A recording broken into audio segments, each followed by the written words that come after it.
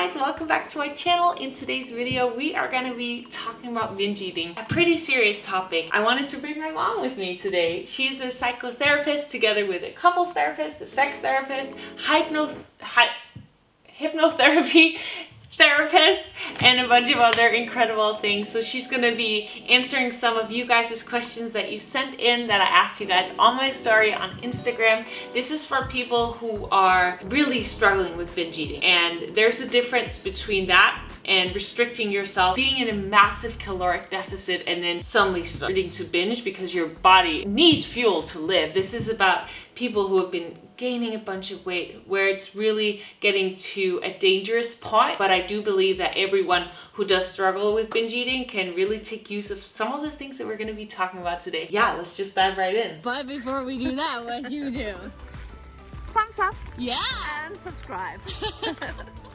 Thank you. So if someone comes to you who wants to, let's say, get a healthy relationship with food, and they're dealing with binge eating and eating late at night, even though they're full, what is your approach to that? What do you think is actually the issue behind the binge eating? The first I find out is if it's positive or negative for the client, and if it's a problem or an issue, then we start to find out how to solve it. Never the same. I can never do it without the client, because I need to find out what is positive and what does the client really want. There's always a reason why we are eating extra. Have you ever tried binge eating? Yes, when I was younger. Yeah, me too. I have done it either if I felt really lonely, really scared, if I have been stressed, or something has been out of my control that I haven't been able to handle. Some of your followers, they ask you, why am I binge eating at night?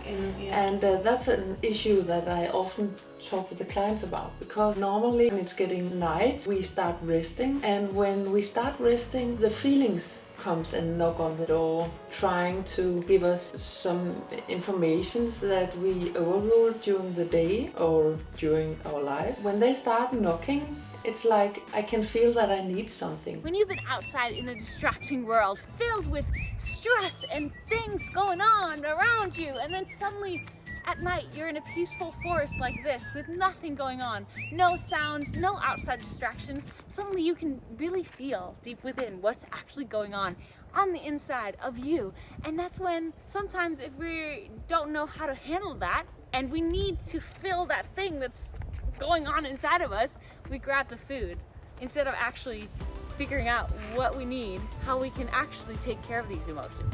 So it's like, for instance, I feel lonely, I feel empty inside, so it could be a habit just to eat. So it's like when I have eaten, I don't feel empty anymore, and then I can relax and, for instance, sleep. So the reason why we do that is that when the feelings starting knocking at the door, we don't know how to take care of our feelings. I think we're not taught to listen to our feelings necessarily, or sometimes it's really hard for us to listen to those emotions, and so it's easier to just binge eat. So what I talk with the client about is, what do they really need in that moment when they starting believing on, now I'm hungry. What is the problem? And normally it could be, I'm bored, it's boring, something is missing. When I talk with people, they find the answers. It could be, for instance, I'm missing getting to the water, making sport, bathing, whatever. Or maybe you are single, living alone. Lots of people live alone today, and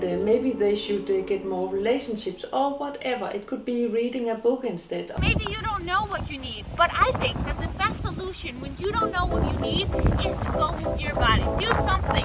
Get up, jump in ice cold water, whatever it is. Do something that changes the inside of your body so that you can get out of that little bit of a rut that sometimes we're in when we have these cravings and we're just stagnant. Go move your body. Dance, have fun, be weird.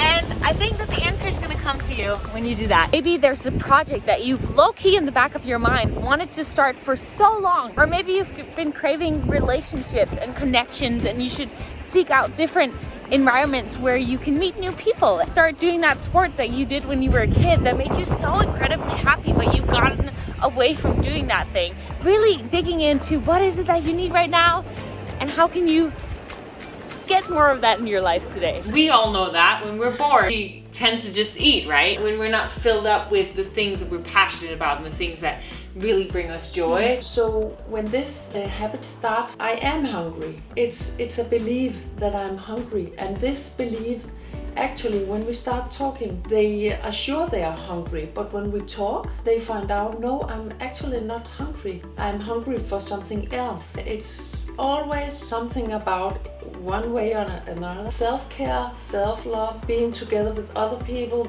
doing things for myself. So the same moment you want to eat, if you have decided I'm not hungry, for instance, after dinner, when you start believing, now I am hungry, then you say, no, I know better, and then start doing the new habit. Kind of like when we've been driving this train our entire life. We're used to doing it one way. We have to become aware of what's actually going on inside of ourselves so that we can stop the train, maybe bring it back a little bit, reorganize, restructure, and then we can keep this train rolling again. And all of these little things, when we start working on ourselves, we plant a small, tiny little seed in the ground, and who knows, eventually it might explode and slowly grow into this beautiful tree full of light and love. And so I think it's so important that we take these small things super serious so that we can really create this beautiful life for ourselves that we deep down want, because that's a part of life, isn't it? When you get the urge, you're in the battle in your head, you're like, oh, I need some more food.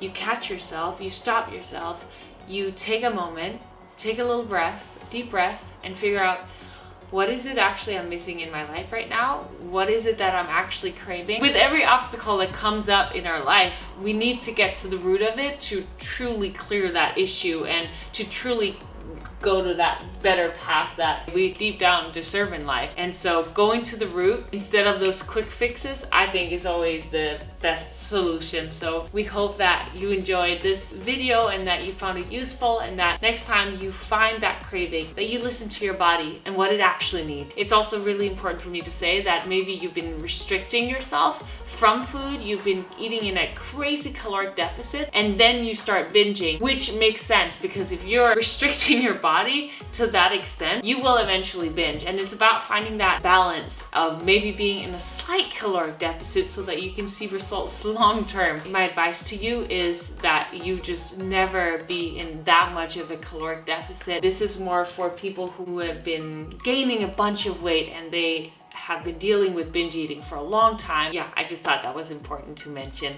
We hope you enjoyed this video. Thank you guys so much for watching, and thank you to my mom for joining. Give this video a thumbs up if you like it. Hit that subscribe button if you're new, and let me know in the comments below what you'd like to see next. Bye!